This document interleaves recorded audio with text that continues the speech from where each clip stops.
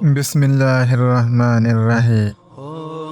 حضرت علی رضی اللہ تعالی عنہ نے فرمایا، کوشش کرو کہ تم دنیا میں رہو، دنیا تم میں نہ رہے، کیونکہ کشتی جب پانی میں رہتی ہے خوب تیرتی ہے، لیکن جب پانی کشتی میں آ جاتا ہے تو وہ ڈوب جاتی ہے۔ انسانیت بہت بڑا خزانہ ہے، اسے لباس میں نہیں انسان میں تلاش کرو۔ جھوٹی کو جھوٹ کی وجہ سے 3 مصائب پیش آتے ہیں۔ 1، اللہ اس سے ناخوش ہو جاتا ہے۔ 2، لوگ اسے ذلیل و خوار سمجھتے ہیں۔ 3، اللہ تعالیٰ کے ملائک بھی اس سے ناخوش ہوتے ہیں۔ کسی کو اس کی ذات اور لباس کی وجہ سے حقیر نہ سمجھو، کیونکہ تمہیں دینے والا اور اسے دینے والا ایک ہی ہے۔ وہ اسے عطا بھی کر سکتا ہے اور تم سے چھین بھی سکتا ہے۔ جھوٹ بول کر جیتنے سے بہتر ہے تم سچ بول کر ہار جاؤ۔ برے دوست کی مثال کوئلے جیسی ہے کہ جب وہ گرم ہوتا ہے تو ہاتھ جلا دیتا ہے، اور جب ٹھنڈا ہو جاتا ہے تو ہاتھ کالا کر دیتا ہے۔ رزق کے پیچھے اپنا ایمان خراب مت کرنا، کیونکہ رزق انسان کو ایسے تلاش کرتا ہے جیسے مرنے والے کو موت۔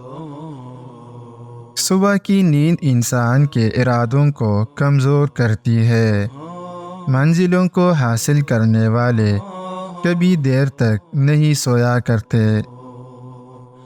اگر تم اپنے علم پر مغرور ہو تو جہالت کے لیے یہی کافی ہے۔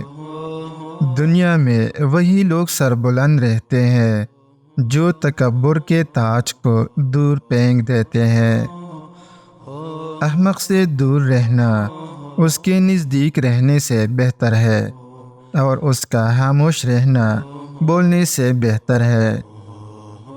معافی مانگنا یہ ظاہر نہیں کرتا کہ آپ غلط اور دوسرا صحیح ہے، بلکہ یہ ظاہر کرتا ہے کہ آپ کے رشتے کی اہمیت آپ کی انا سے بڑھ کر ہے۔ مجھے افسوس اس بات پر ہوتا ہے کہ انسان اشرف المخلوقات ہے، پھر بھی انسانوں کے جاگنے سے پہلے پرندے جاگ جاتے ہیں۔ خوبصورتی ایک نعمت ہے، لیکن سب سے خوبصورت تمہاری زبان ہے۔